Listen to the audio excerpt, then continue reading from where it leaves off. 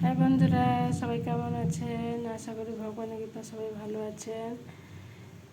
সবাই ভালো থাকবেন, সুস্থ থাকবেন। আচ্ছা, এই যে বলে লোকে বলে দুধ চা খেতে নেই, দুধ চা খেলে নাকি কালো হয়ে যাবে, দুধ চা খেলে নাকি ভালো না, চোখের নিচে কালি পড়ে যাবে, এমনি দেখতেও কালো হয়ে যাবে। মানে কী বলবো, তাহলে দুধ চায়ের দোকানে এত ভিড় কেন? এত ভিড় কেন? হ্যাঁ, তবে একটা কথা, চা অতিরিক্ত খেতে নেই। যারা সারাদিনে 10, 12, 15 কাপ চা খায়, ওটা মোটেও ভালো নয়। তাহলে সে খাবারটা কখন খাবে? খিদা পেলে তো খাবারটা ভাবো, শরীর ঠিক আছে, খিদাই পাবে না, তাহলে কী করে হবে? তাহলে দুধ চা তাহলে খাবো কি খাবো না? আমি তো সারাদিনে 1 কাপ খাই, এর বেশি খাই না।